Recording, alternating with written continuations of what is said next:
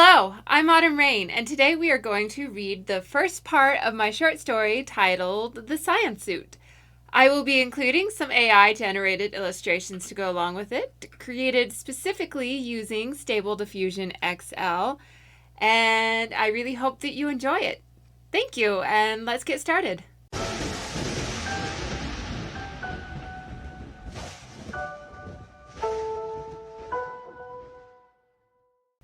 Carol had won the envy of the entire base by receiving the job of cleaning the suit between uses.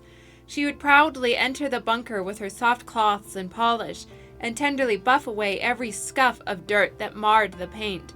Every single time she held her breath with the anxiety that the suit had been scratched, and she was relieved when her love revealed that it had magically held its integrity through every bombardment. No one knew where it had come from, but it had become the pride and joy of the military, and she was its sacred keeper. She often joked that the suit took up so much of her time and attention, she didn't have any affection left to share with another human being. Master Sergeant Hartman was considered to be the best pilot, and dominated the missions that were deemed to be suit-worthy as a growing celebrity amongst the soldiers, and he reveled in the adoration that surrounded him during his off hours. However, unbeknownst to any of the higher-ups and only vaguely suspected by his underlings, the cumulative effect of piloting the suit was beginning to degrade his psychological resilience, and he was growing resentful of anyone else who touched what he was increasingly beginning to consider his own.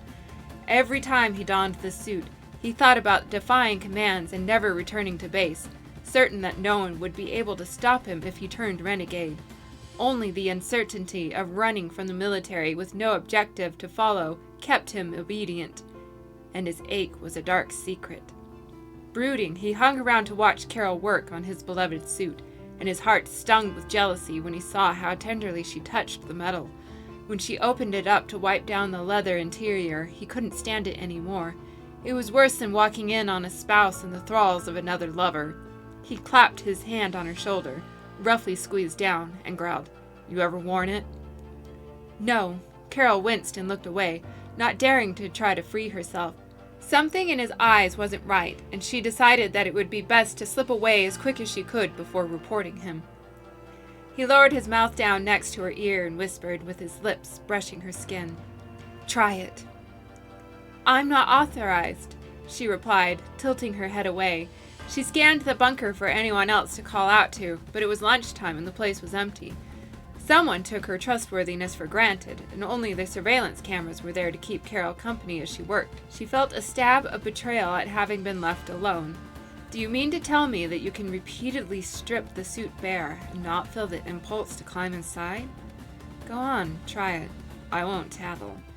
Hartman's other hand squeezed her upper arm, his fingers digging in deeply enough to leave bruises.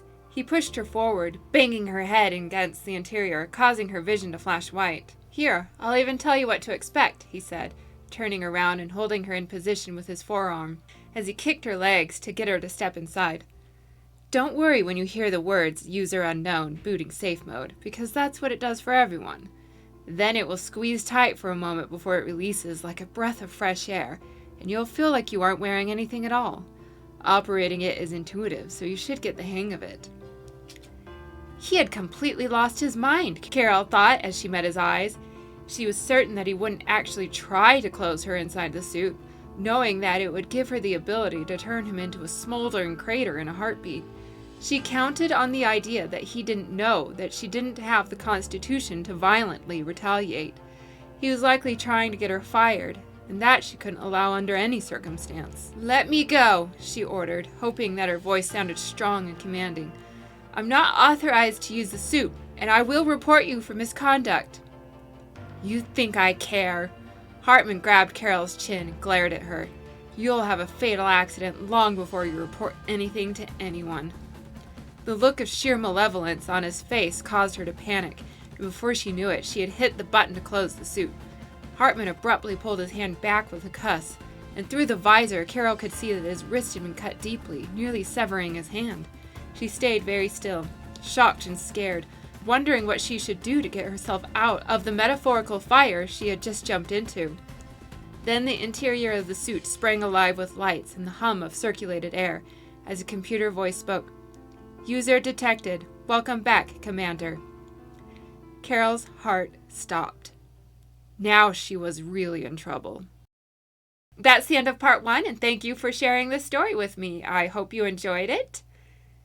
And if you have any questions, feel free to post them in the comments below. Also, like and subscribe because that's what all the YouTubers say. And thank you for watching.